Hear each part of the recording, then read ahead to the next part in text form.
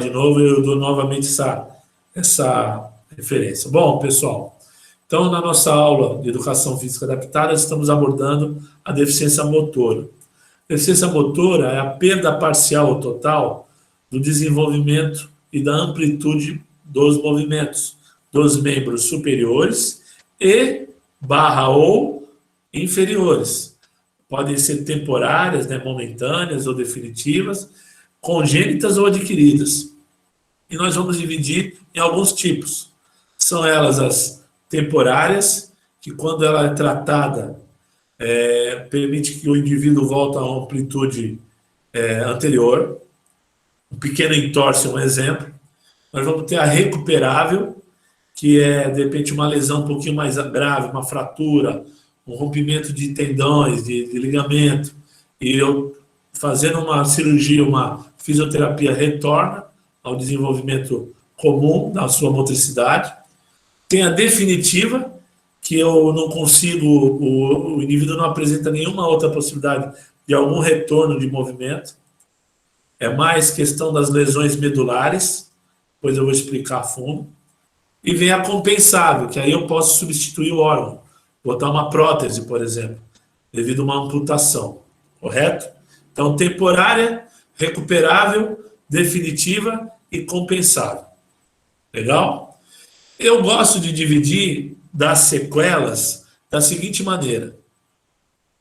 As sequelas eu gosto de dividir em dois termos. Acho que eu mudei o slide, já dá para vocês verem. Um é a paresia, outro é a paralisia. A paresia... Professor, ficou preto. Oi? Tá preto a tela do senhor. Agora apareceu. Foi? Beleza. Então vamos lá, continuando. A paresia, ela é quando eu tenho toda essa temporária ou recuperável. É momentânea, é uma deficiência mais leve e momentânea. A paralisia é quando ela é definitiva, quando eu tenho um grande comprometimento da amplitude articular. Então, temporária e recuperável, paresia, definitiva, paralisia. Correto? Não é parestesia? Temporária? Não, paresia. Parestesia é um outro termo mais médico. A gente pode até comentar mais para frente. Vamos lá. Na sequência, nós temos aí algumas sequelas de paralisia. Passou o novo slide? Tá lá, tipos de paralisia, sim ou não? Sim. Então, beleza. Então vamos lá. Nós temos os seguintes tipos. Monoplegia. Mono vem do prefixo um. Então é quando eu tenho uma lesão, um membro comprometido. Pode ser um membro superior ou um membro inferior. Isso chama-se monoplegia. Depois nós temos a diplegia. Diplegia são os dois membros superiores com comprometimento. A paraplegia são os dois membros inferiores. Então, repetindo, diplegia, membros superiores. Paraplegia, membros inferiores. Hemiplegia, dois membros também, só que é um superior e um inferior, porque é um lado comprometido. H-E-M-I, vem do prefixo M, que significa hemisfério. É um lado do corpo. Muitas vezes é acometido devido a um AVC. Então tem uma hemiplegia. Tem a triplegia, que são três membros comprometidos. Na maioria das situações que acontece a triplegia, que é um pouco rara, a gente tem a questão dos membros inferiores e um membro superior. E, finalmente, a gente tem a tetraplegia ou a quadriplegia. Beleza? Então, repetindo. Monoplegia, um membro. Diplegia, os dois superiores. Paraplegia, os dois inferiores. Hemiplegia, um lado comprometido. Triplegia, três membros. Quadriplegia ou tetraplegia, os quatro membros comprometidos. Dúvidas? Não. Muito bom. A gente tem algumas lesões, alguns tipos aí de lesões que a gente vai comentar ao longo aí do tempo. e eu vou destacar algumas aí ao longo da nossa conversa, tá? Para começar, eu queria falar um pouquinho da paralisia cerebral, tá? Deixa eu pôr o slide da paralisia cerebral aqui rapidinho, deixa eu ver onde está. Acho que eu não... Aqui será... aqui, beleza. Então, vamos lá. Na paralisia cerebral, eu tenho uma grande experiência aí na paralisia cerebral por ter trabalhado na PPC, Associação dos Portadores de Paralisia Cerebral, e também, ao longo desses 25 anos, no nosso projeto, a gente atender muito. Então, a paralisia cerebral, ela é acometida, né, de diferentes formas. Vai depender da área do sistema nervoso que é mais afetada. Porque o seu portador, né, pessoa que tem essa deficiência física, que é a paralisia cerebral, vai apresentar muitas alterações neuromusculares. Vai ter muita variação no tônus muscular. Vai ter muitos reflexos primitivos, vai ter, às vezes, rigidez, espasticidade. Então, a gente vai ter alguns tipos de paralisia, que cada paralisia tem uma dessas características que eu citei aí. Vai manifestar padrões específicos de postura, vai comprometer o desempenho funcional,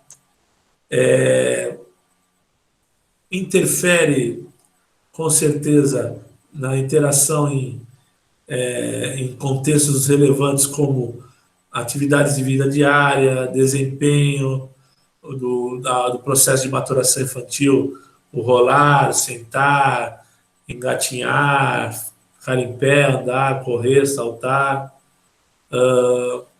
todas as demandas das atividades de vida diária, como vestir, locomover e outras questões mais. Esse distúrbio, né, de postura e do movimento, ele é resultante do que a gente chama de encefalopatia, né? Essa encefalopatia, ela ocorre principalmente no período perinatal. A deficiência física, ela pode acometer de 3 maneiras. Ou ela é pré-natal, durante a gestação, ou uma maneira congênita. Ela é perinatal, durante o parto, e mais uns 30 dias de resguardo. Ou ela é pós-natal, pode acontecer um traumatismo craniano, por exemplo, algum acidente de carro, arma, pode ter uma lesão medular ou uma amputação de membro. Diabetes causa, por exemplo. Então, assim, essa lesão, que vai ter muitos comprometimentos neuromotores, ela vai afligir bastante esse sistema nervoso central. Eu vejo, assim, que na educação física em si, eu pude observar a diferença de cada tipo de paralisia cerebral. Que nós vamos ter os seguintes tipos, por exemplo. Eu tinha lá alguns alunos que eles tinham uma característica mais de rigidez, a musculatura muito rígida, ou seja, ela está sempre contraída. Vocês tiveram uma aula com o meu ex-aluno Ulisses, e o Ulisses toda hora está com a contração muscular, né, de membro inferior e membro superior, está sempre flexionando o cotovelo. Essa rigidez muscular, essa dificuldade do movimento, ela é uma lesão mais no sistema piramidal, né, que é um sistema que causa essa espasticidade, bem consequência desse parto perinatal. Mas eu tinha alguns alunos lá no nosso projeto que às vezes tinham alguns movimentos involuntários. Estava lá, e aí, para se equilibrar, às vezes tinha alguns espasmos. Então, uma lesão mais voltada para o sistema, né, extrapiramidal. Só que eu tinha muitos também, que aí tinha um comprometimento maior que eram os atáxicos. Os atáxicos, eles tinham assim uma sensação sempre de equilíbrio. Sempre de falta de equilíbrio. Falta de equilíbrio, parecia que eles iam cair a todo ano, andava meio torto assim. Por quê? Porque a atáxica, né, a paralisia cerebral atáxica, ela compromete principalmente o cerebelo. E o cerebelo, a gente sabe que é o responsável do equilíbrio, né? Dá um sentido de equilíbrio, de profundidade das coisas. A causa mais incidente da paralisia cerebral é a anóxia, que é a falta de oxigênio no cérebro. Anóxia, o prefixo AN, significa sem oxigênio. Então, é sem oxigênio no cérebro. Às vezes o parto é demorado, o bebê ele se envolve, às vezes, no cordão umbilical, perde as vias respiratórias, ele, de repente, também demora muito para chegar no hospital, ou a mãe tem uma gravidez de risco. Então, tem vários fatores de risco que podem acontecer nessa situação, beleza? Além da paralisia cerebral, um outro tipo bem... Oi, pois não. Tem especificação de que nem tem para quem tem síndrome de Down, para paralisia cerebral na hora de a gente ministrar uma aula, no sentido de, por exemplo, o pessoal com síndrome de Down tem essa frouxidão ligamentar, né, que o senhor mencionou. A paralisia cerebral, a gente tem alguma recomendação? A paralisia cerebral, todos vão ter esse laudo. Você vai... O que dá para a gente observar são exatamente essas características que eu acabei de citar. Alguns vão ter movimentos involuntários, outros uma rigidez muscular, vai ter todo um quadro de comprometimento de movimento em si, porque o sistema nervoso central, que é responsável pela motricidade, vai estar afetado. Então vão ter todos os estímulos vão ser mais lentos na paralisia cerebral, porque a resposta da via aferente e da via eferente são maiores nesse caso. Mas aí o problema de infarto, que nem tem o pessoa com síndrome de Down, assim, que o senhor falou também... Não tem nenhuma questão fisiológica, só mesmo motora, tá? Okay. Muito bem, dando continuidade aí. Vão interrompendo e vão perguntando, é muito importante. Falar um pouquinho da poliomielite. Tá? Deixa eu passar aqui o slide. A poliomielite, pessoal, deixa eu só admitir o Valdir aqui também. Ô, Marcos, depois traz uma água para o pai aqui que eu esqueci de pegar, por favor. Manuela. Então, vamos lá. A paralisia cerebral, a poliomielite, desculpa, ela é uma doença, um tipo de deficiência física, uma doença que causa uma deficiência física mais antiga. Para vocês terem uma ideia, ela foi identificada lá em 1840, 1900, e ela existiu por milhares de anos, assim, silenciosamente. Por quê? Porque é um vírus chamado polivírus. Obrigado, filha.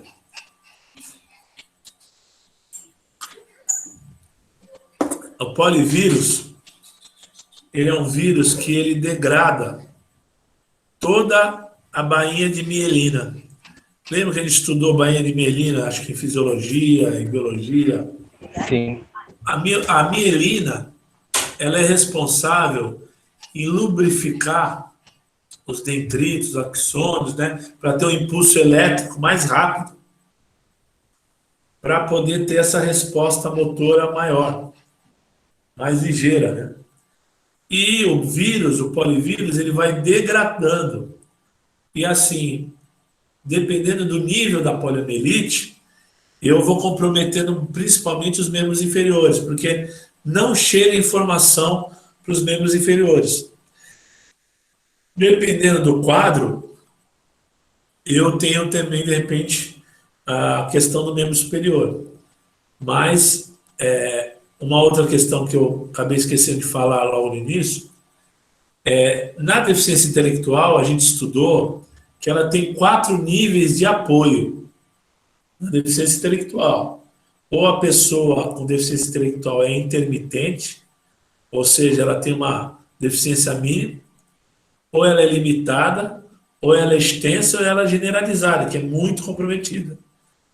Na classificação de deficiência física, a gente define como leve e moderado, severo e profundo. Leve, moderado, severo e profundo. Então, essa classificação, dependendo do nível da paralisia, da poliomielite, eu tenho um nível mais ou menos comprometido. Então, pode atingir mais ou menos o meu organismo, correto? Pois bem, a poliomielite, ela perdurou, porque, por exemplo, lá nos Estados Unidos, em 1952, mais ou menos, pós-guerra, a gente teve uma grande pressão para tentar adquirir uma vacina.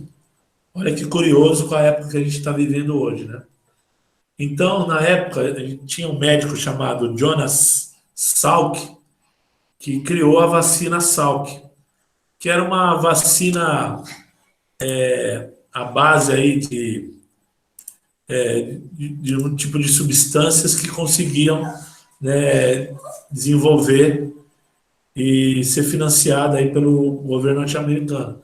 Era bem a base desses vírus que já eram mortos, né? Eles conseguiram fazer todo o procedimento, né? Deixa eu só libertar a cachorra aqui que ela está chorando. Vai. Pronto. Olha, não chora mais.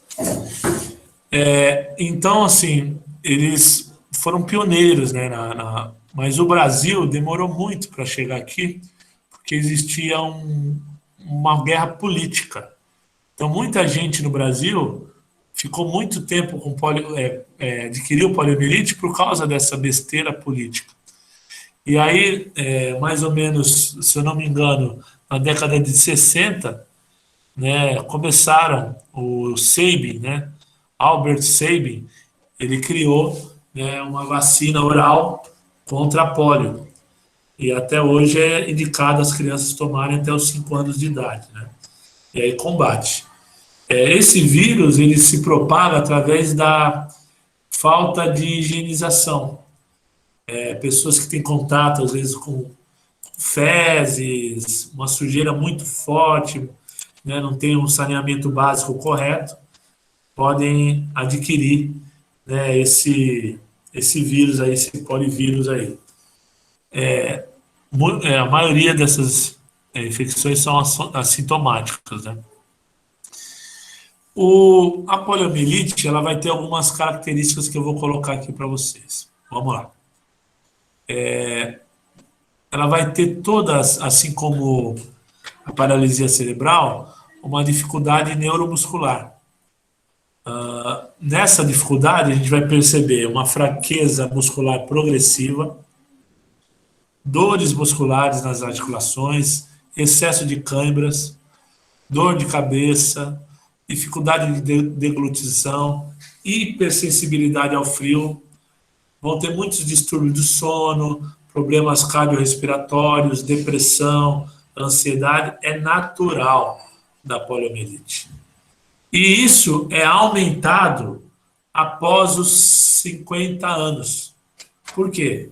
Porque após os 50 anos, tudo isso é triplicado porque eles têm uma síndrome chamada síndrome pós-pólio.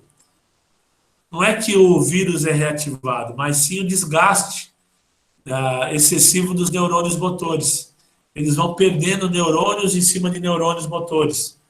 Então, é muito importante a prática do exercício físico para essa reciclagem na poliomielite. Beleza? Outro tipo de deficiência, deixa eu só passar aqui, não, essa aqui não.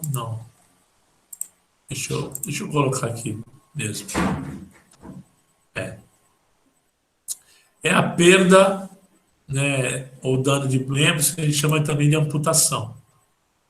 A amputação em si, ela a gente chama de amputação, né, um termo mais, hoje, mais atualizado do que perda de dano ou danos de membros. A amputação, ela às vezes desenvolve vários níveis, né? Vai depender do nível que foi amputado. Uma amputação de membro inferior pode ser de apenas um dos dedos, né? Eu posso ter uma amputação de apenas um dos dedos. Pode acontecer. E é considerada uma monoplegia. Então, vai depender do nível. Por exemplo, no membro superior, eu vou ter da seguinte forma.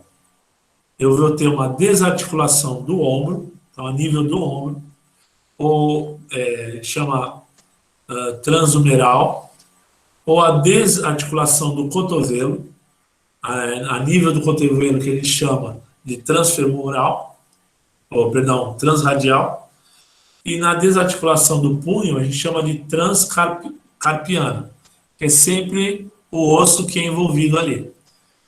No membro inferior, a gente tem algumas da desarticulação do quadril, que o pessoal chama de hemipelvectomia.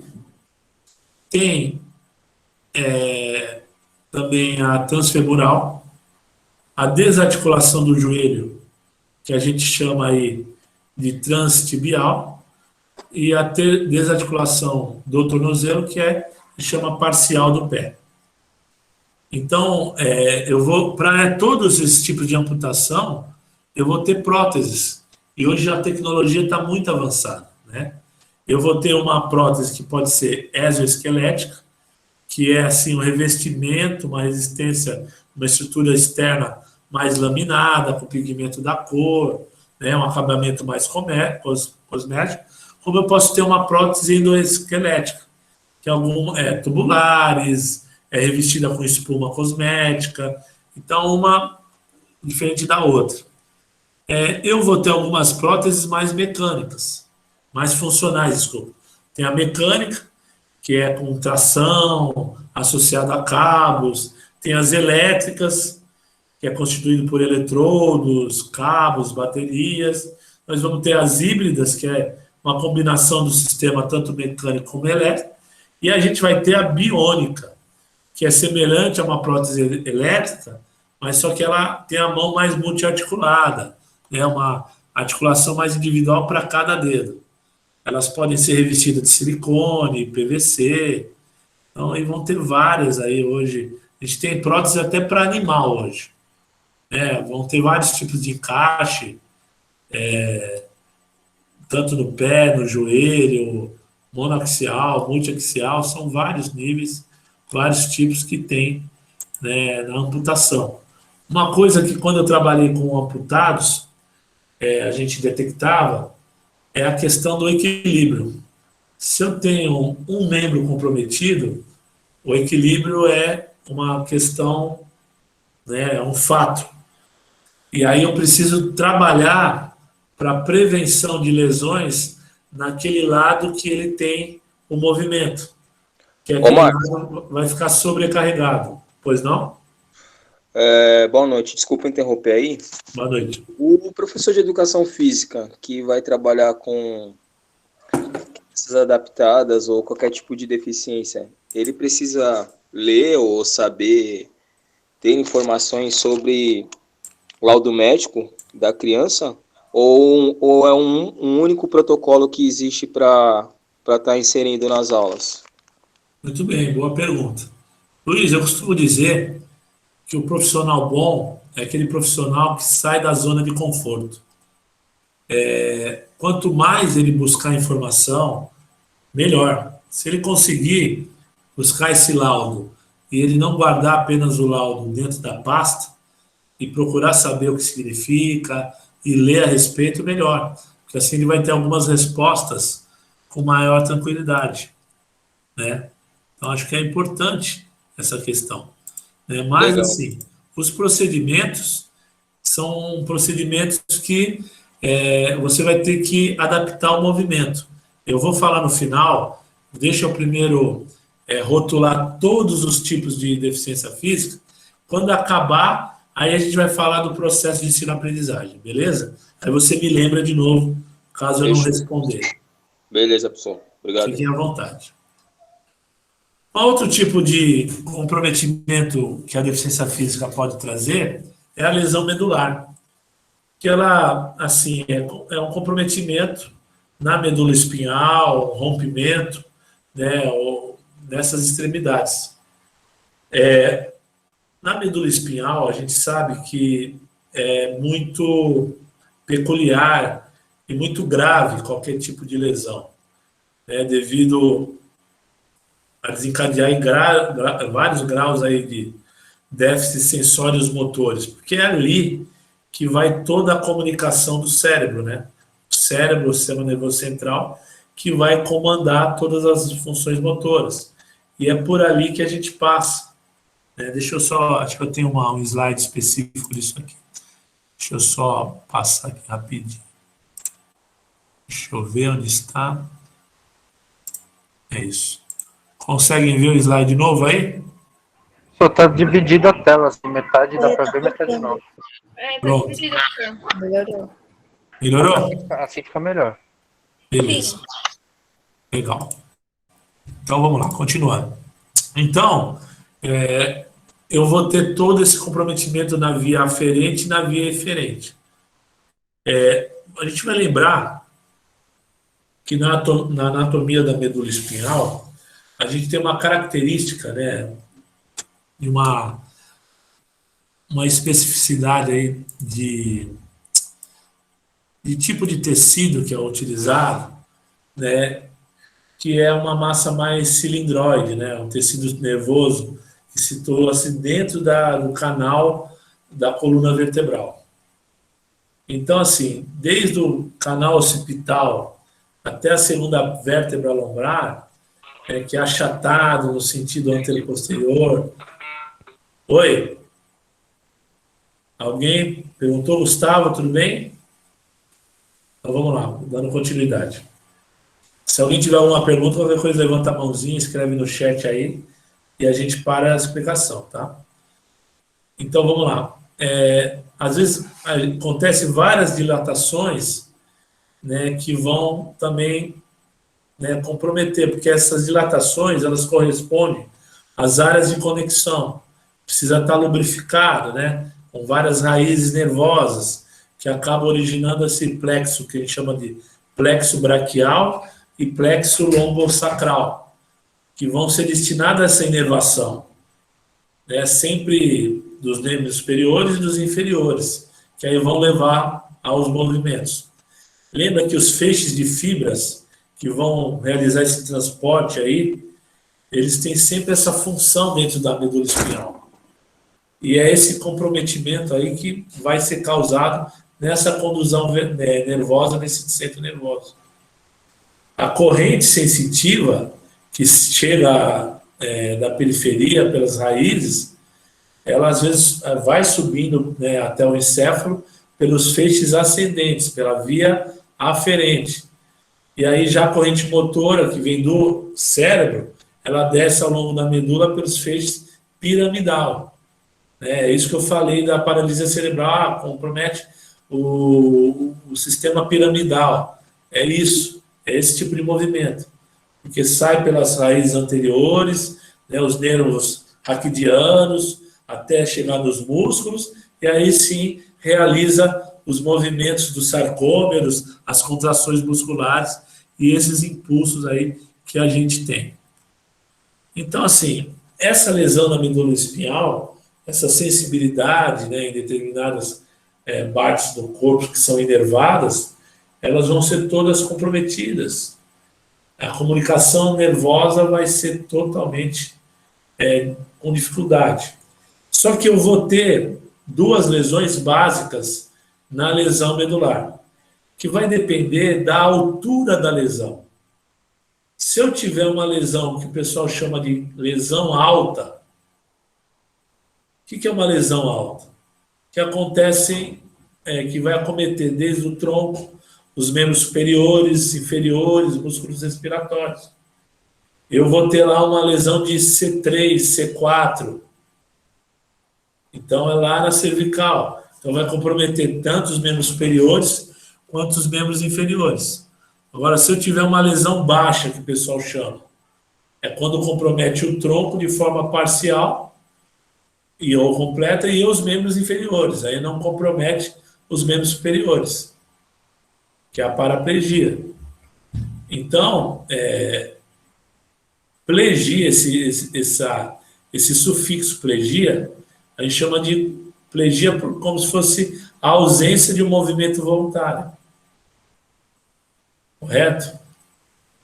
As lesões que eu tenho, basicamente, a nível estrutural, elas podem ser lesões completas, que atingem todas as vias motoras, ou incompleta, quando somente algumas das vias motoras são atingidas. Então, eu vou ter completo ou incompleto. Todo esse material que eu estou falando, eu vou fazer um resumo e vou mandar para vocês, beleza? Totalmente referências atualizadas para a gente poder ter essa tranquilidade aí no seu desenvolvimento. Mas resumo assim de todos os slides que vão ao longo do semestre ou desse daqui específico? Na verdade, de todos, das aulas anteriores eu já postei. Foi deficiência intelectual. A deficiência física, como é a aula de hoje, eu vou postar ainda, tá?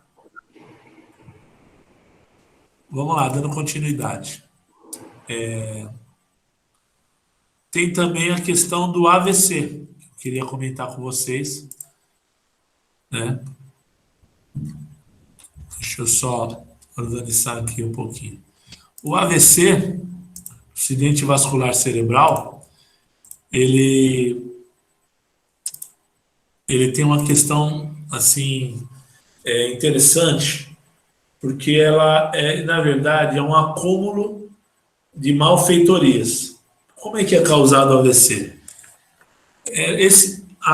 O AVC que a gente chama de AVC hemorrágico e o AVC isquêmico, né? Por exemplo, o AVC hemorrágico, ele é um rompimento de um vaso cerebral, que aí vai causar, consequentemente, uma hemorragia interna.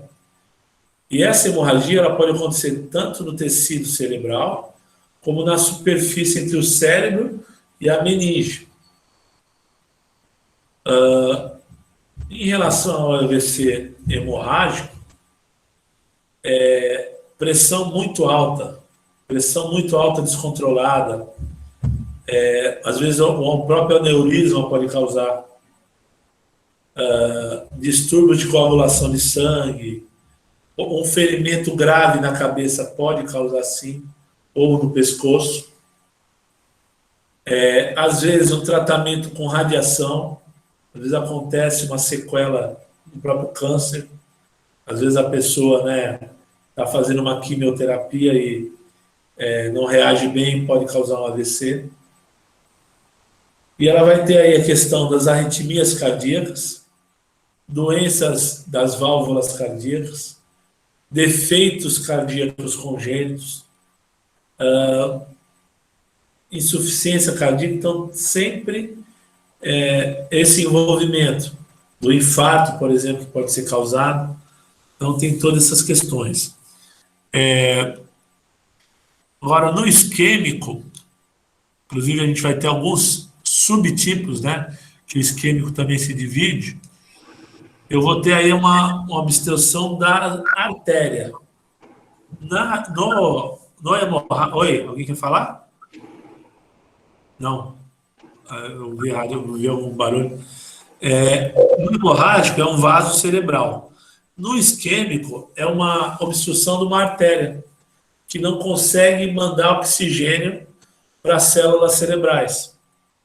Então, pode acontecer uma trombose, uma embolia, que aí não chega oxigênio.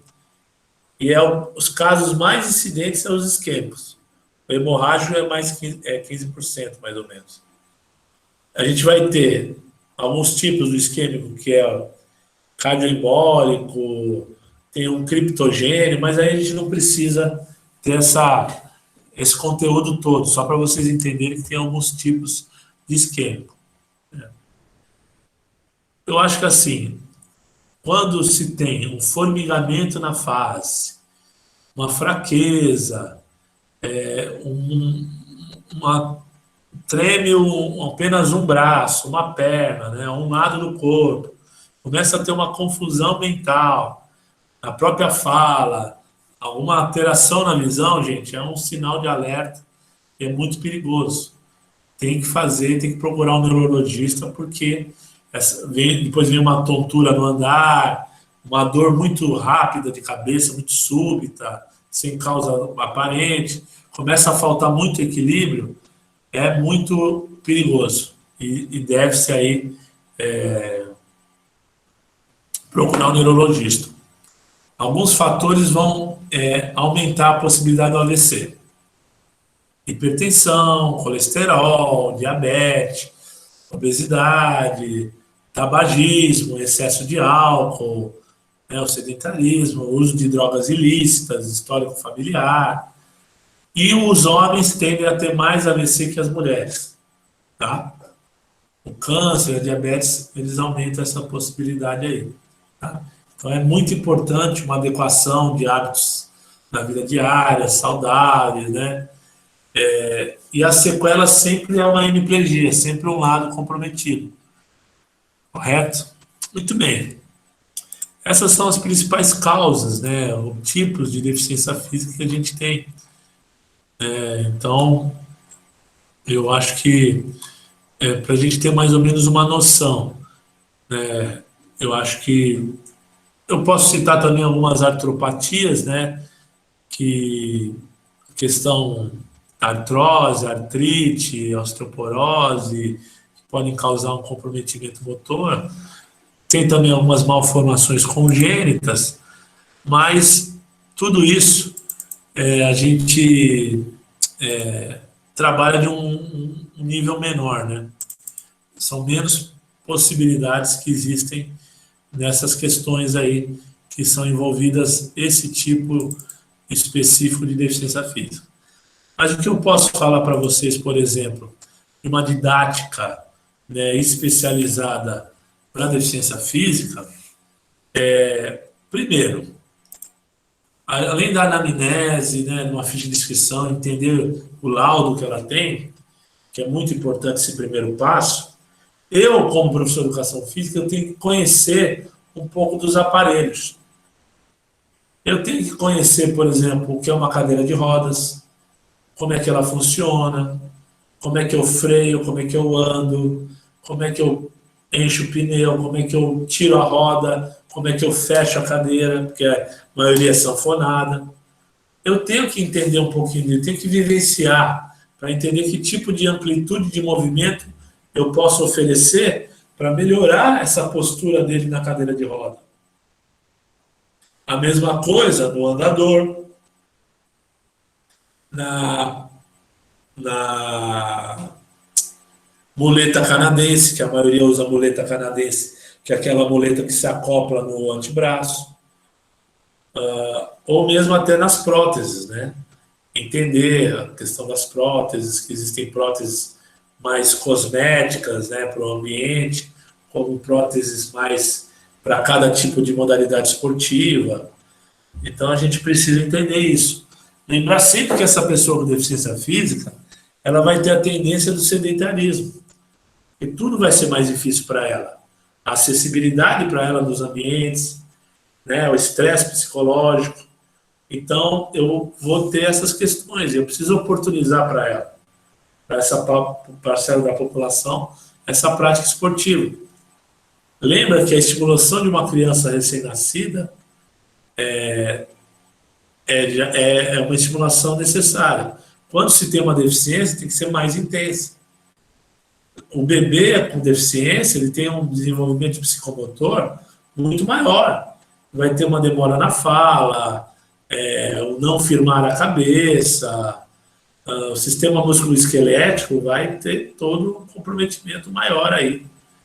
Então, a gente precisa buscar a educação física para essas pessoas com deficiência intelectual e deficiência física, a questão que eu já tinha falado da reorganização neurológica, correto? Eu acho que, assim, além da anamnese, eu preciso pensar em como adaptar. Se eu tenho, vou dar um exemplo, se eu tenho lesões dos membros inferiores, e aí eu quero que essa pessoa tenha uma prática esportiva. Se eu tenho dentro dos fundamentos daquela modalidade esportiva o membro inferior, e eu não posso contar com nenhum movimento de membro inferior, eu também não posso excluir essa pessoa da minha aula. Eu tenho que criar algumas adaptações. Quando eu dava aula para alguns cadeirantes de educação física, que davam na minha grade, e ele não tinha, às vezes, a mobilidade no membro inferior, ou eu colocava ele no gol, ou eu colocava ele na cadeira mesmo com anjo de guarda, deixava ele usar a mão, usava a cabeça, vamos embora. O importante é que ele esteja junto nesse contexto. E os amigos que estão jogando com, vai ter um desafio a mais, em passar a bola para ele de uma força equilibrada, para não chutar com tudo nele, ou para equilibrar a bola para ele conseguir agarrar, e assim por diante. Então, eu preciso valorizar os movimentos que ele consegue realizar. Muitas vezes trocando o membro que ele deveria realizar o movimento pelo aquele que ele não consegue. Então, eu preciso aproveitar.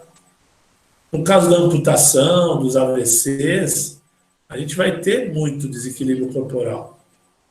Então, eu preciso ter compensação unilateral. Tanto de readequação dessa articulação que está sendo muito usada por eu forçar muito o lado, como tentar estimular aquele membro que, de repente, está parado, ou eu tenho só uma parte daquele membro. Então, eu vou adaptar. Às vezes, o pessoal com uma corda, ou amarra, às vezes, um bastão para se jogar beisebol, ou amarra uma raquete, não tem a mão para segurar a raquete, mas tem o braço. A gente amarra. Então, a gente tem várias possibilidades de adaptação. Então, eu tenho que orientar essa pessoa, às vezes, amputada, a executar, por exemplo, exercícios isométricos, que são muito interessantes. Por quê?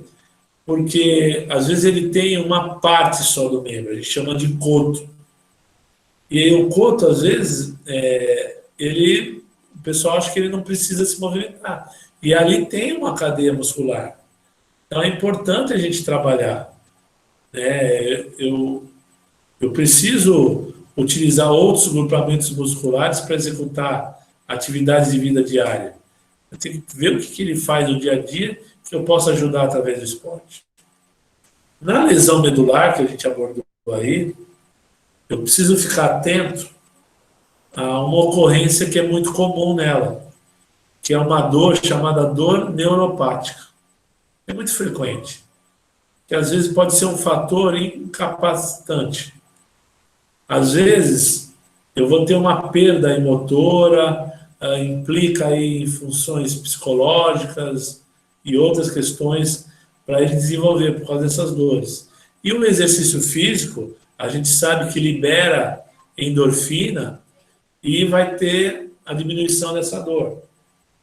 Então, eu consigo também entender que essa pessoa com lesão medular, por ela ter uma fragilidade, né, de amplitude de movimento, ela vai ter essa fragilidade também óssea.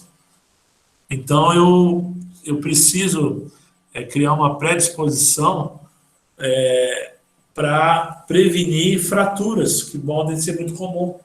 A osteoporose pode aparecer, outras situações. Às vezes tem a suspeita de uma lesão. Então, a gente tem que tomar muito cuidado em tudo isso aí.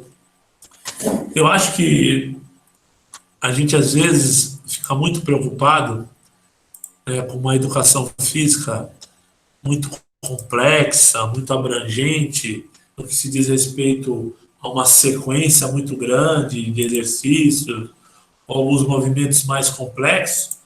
E para essa galera, às vezes, eu passando uma divisão de fundamento, já é legal. O que seria essa divisão? Vamos lá, vou dar um exemplo prático. Basquetebol.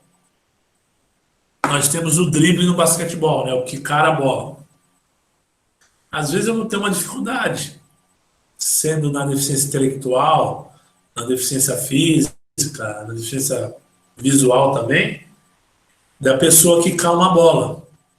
Então, como é que eu posso ensinar a quicar a bola? Ah, é assim, ó. Não vai ter essa habilidade. Eu tenho que falar para ele, ó, segura a bola com as duas mãos, que é mais fácil. Joga a bola com força no chão. Esse é o primeiro educativo. Agora você vai jogar essa bola com força e vai tentar agarrar ela com as duas mãos. Por que com as duas mãos? Porque é mais fácil do que com uma mão só. Eu começo assim, agora ele tem uma amputação, tem um membro só, lógico, vou tentar usar uma mão só.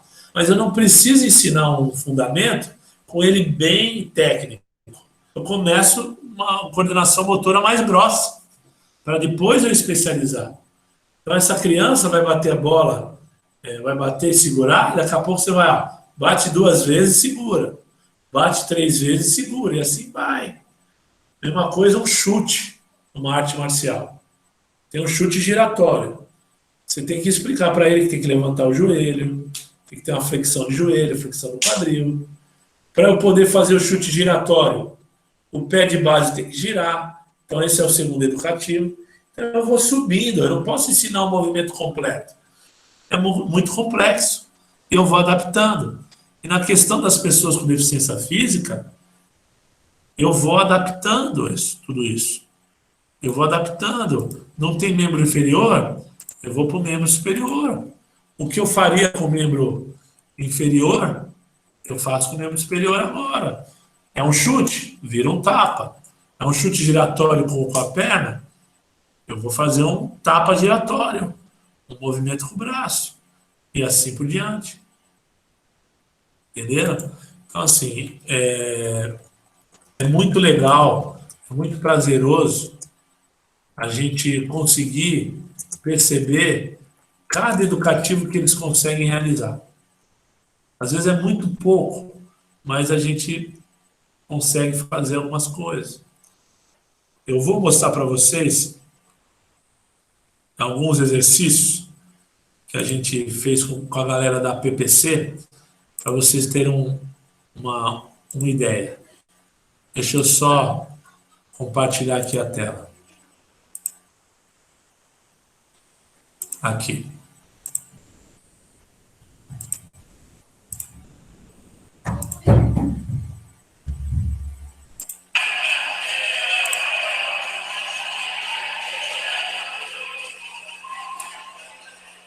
Pessoal, está visualizando aí? Sim. Está muito longe, né? Não dá para ver direito. É. Vai chegar mais perto a câmera. Pera um pouquinho.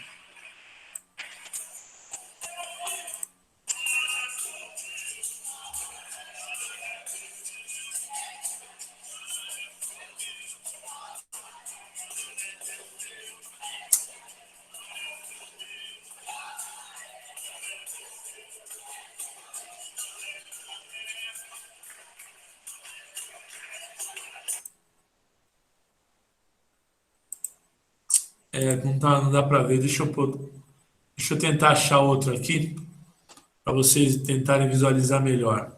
Quer ver? Só um minutinho esse aqui.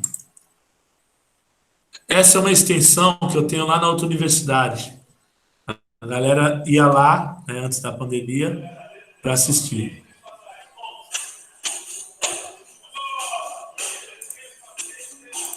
Dá para assistir legal aí, estão vendo? Maioria muito comprometida. Aí tem alguns voluntários que ajudam. Ó. Outros alunos que têm essa facilidade do movimento.